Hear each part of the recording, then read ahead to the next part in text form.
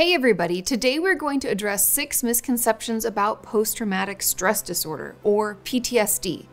And I've been doing my best to talk more about PTSD and the effects of it because my new book, Traumatized, is available for pre-order now, and it comes out September 7th. It is my hope that by talking more about trauma, we reduce the stigma associated with it, and those struggling will more quickly reach out for professional help, because it can and will get better. Now, I'm touching on these misconceptions top level, but to understand this deeper and really find solutions, I strongly recommend doing your own research on this topic. I break trauma down a lot deeper in my new book. Okay, now let's jump into these misconceptions.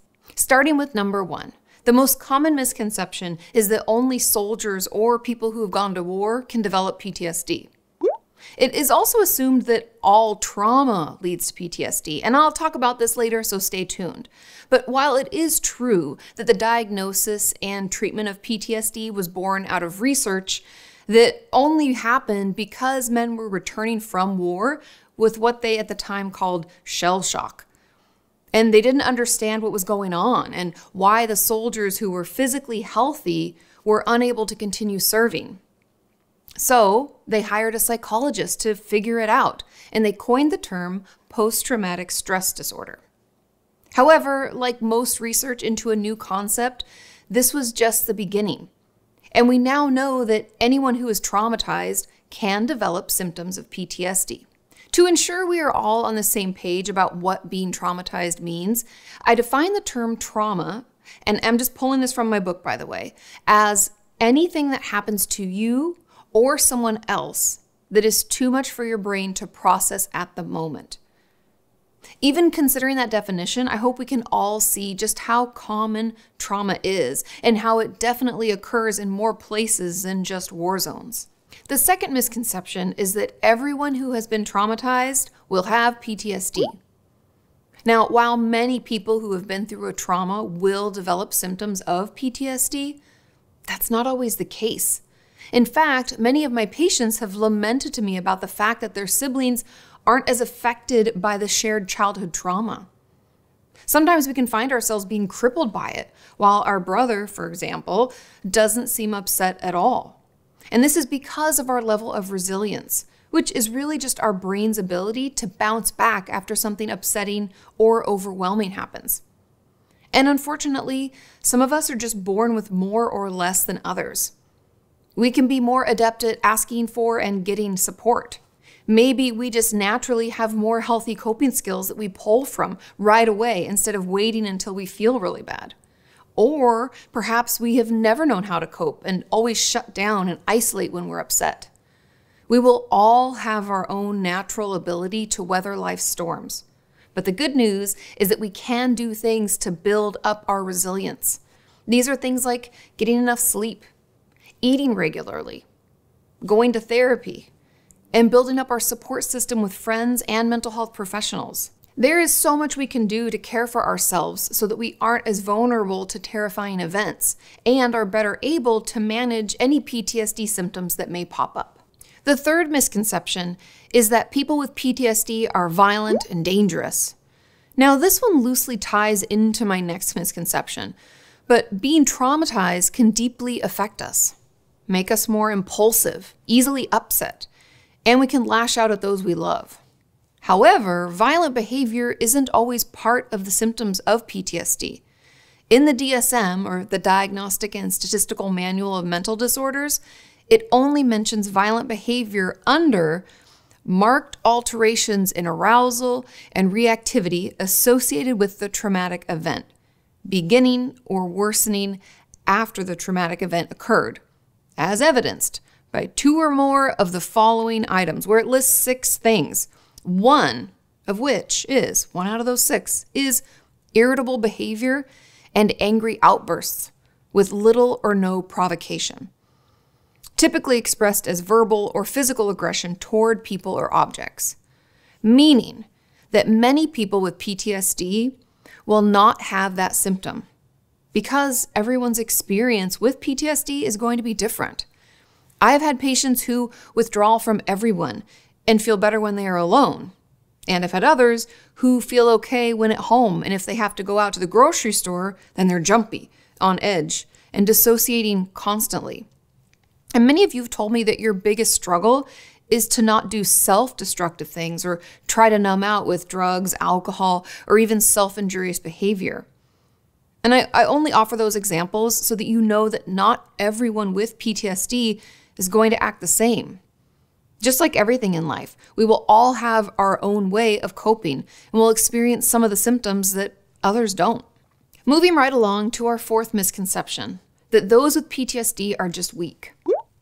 Now, whether or not we develop the symptoms of PTSD is based on quite a few factors, like our level of resilience, as we discussed earlier, or the intensity of the trauma, and whether or not the traumatic event was a single instance or repeated. Now, each of these factors are very important, and each one can affect our ability to cope. It has nothing to do with whether we are strong or not. In fact, strength has nothing to do with our mental health, by the way. It's more about what tools we have to help us feel okay and connected. And many of us who have been traumatized did not grow up with healthy adults around us to show us how to cope. No one was there to demonstrate how to vent to a friend about an upset or mention that they need some time alone to take a long bath because they had a tough day.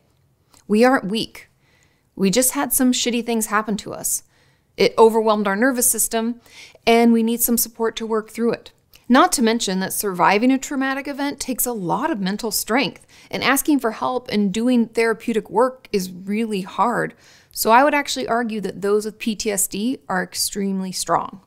The fifth misconception is that PTSD will just go away if we give it enough time. Now, this assumption is so frustrating as a therapist because I know that the sooner we speak up and get professional help, the sooner we will start feeling better. I talk about why treating this is important in my final tip coming next. But giving something more time without getting proper help can actually make it worse. We can develop behaviors and thought patterns that only harm us and our relationships. In a way, it's like the issues just fester and grow into more areas of our life, making it harder and harder for us to do all we need to do each day.